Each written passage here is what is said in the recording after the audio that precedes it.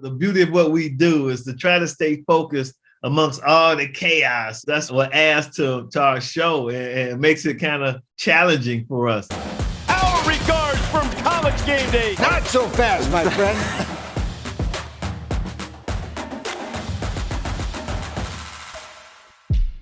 We're coming to your city. That saying has embodied College GameDay for nearly 30 years. But back in the 90s, everyone was still feeling things out. We are just across the street from Notre Dame Stadium at the Ed Joyce Center, live for a special College GameDay and surrounded by all kinds of memorabilia, a reminder of the great tradition of this Notre Dame program, and today's game, just the latest chapter in that great history. We worked and lobbied and battled to get the show on the road for a long time in the regular season. We had done some bowl shows. We knew it would work on a campus better than it did in a parking lot of a neutral site game. And finally, it took a 1 versus 2 showdown, Florida State at Notre Dame, late November '93, to convince them to spend the money. Now it's like laughable. It's like the catering budget with what we spent to put the show on the road. But back then it seemed like a lot of money for a show that wasn't making much money. We didn't know what we were doing. We plopped the set down in the middle of Notre Dame's Hall of Fame. The crowd didn't know what was going on either. They would kind of wander up and what's going on behind this rope over here? Oh, okay. I'll take Florida State 31-30. Hey!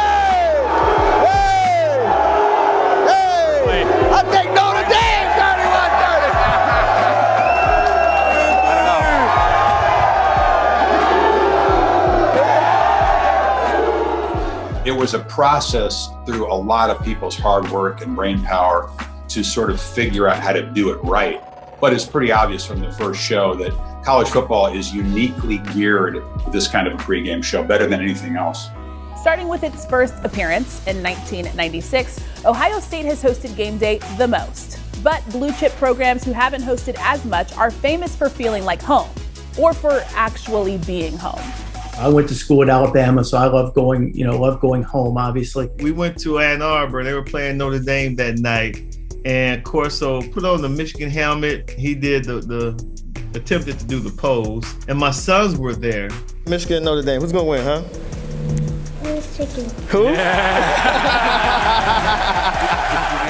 Often overlooked is the atmosphere that we get when we go to Eugene. I think it's because the people who come out at 6 a.m. local time to the show, they are into it and they're energized. Perhaps our guests of the show have not yet been to bed. So, they're still a little wound up. It was in Miami. It was an epic scene. I loved it because I was able to just ride my motorbike to work, from my house. I was able to sleep in my own bed and then ride to work. I'm always struck by the pageantry and the traditions at Texas A&M. Midnight Yell, the Corps Cadets, or Reveille, and all of the things that go along with that. Now, sometimes it's just about the food. I can relate. We love going to Clemson because we get to go to the Smoking Pig restaurant in normal times anyway. I know it's maybe. Do you know that place? I went to Clemson for grad school, and okay, then you know. Far too often. So good. It's unbelievable. I like to refer to this portion of the game day trip to Clemson as game day host versus food. Food has no chance. Where Game Day has really been clutch is highlighting schools that people aren't always paying attention to nationally. It's a new experience for us.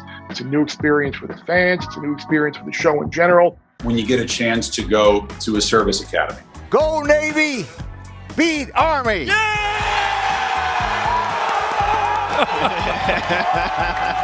You get a chance to go to a smaller school that doesn't get featured often. The texture is very different. The energy is different. The fans aren't accustomed to it, so there's none of that. Well, here those guys are again. They're here every year. They're in Tuscaloosa. They're in Columbus every year. I founded Penn.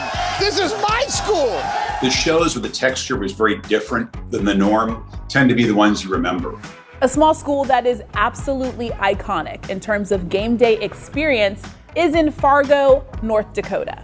It looked like Mardi Gras had moved up to North Dakota, up to Fargo, simply because we weren't on campus.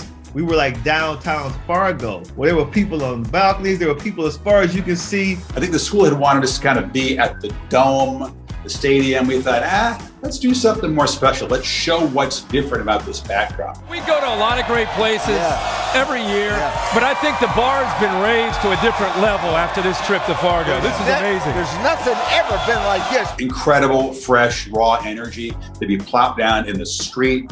The production crew, the director did a phenomenal job gathering all the different visual ingredients to make it look different, make it feel cool. We didn't go to places like North Dakota State, 1AA at the time. So taking the show to Fargo was a huge deal for them and for us. We could tell how appreciative they were that we were focusing and showcasing not only their program, but their community.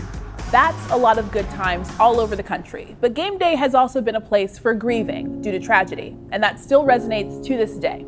Game day was on the ascent in the mid to late 90s, right as Virginia Tech's program was on the ascent, and they kind of took off together. And I think game day always felt this connection to Virginia Tech. For me, the most powerful setting for game day was at a very kind of routine spot, Blacksburg, Virginia. But the backdrop for the show was not routine. It was the first gathering of the campus, the fall after the tragic shootings in the spring. And we felt an enormous responsibility to do that right, to document how they were feeling. This is a very delicate thing to do because it wasn't celebratory at the beginning. It was a little somber. And we decided to bring the camera into the tunnel that went into Lane Stadium, where it's very dark. And the camera emerged into the light of Lane Stadium, used as a metaphor to sort of show what they had been through. And now they were coming out and coming together as a campus. And then at the end of the show, we were in the stadium, Enter Sandman, game's kicking off. It didn't even matter who the opponent was or how big a game it was or wasn't. It was just the celebration of being back together. Wow. I think all of us here feel that we are Virginia Tech today. I've said it before. I don't know what a Hokie is, but God is one of them. God bless Virginia Tech.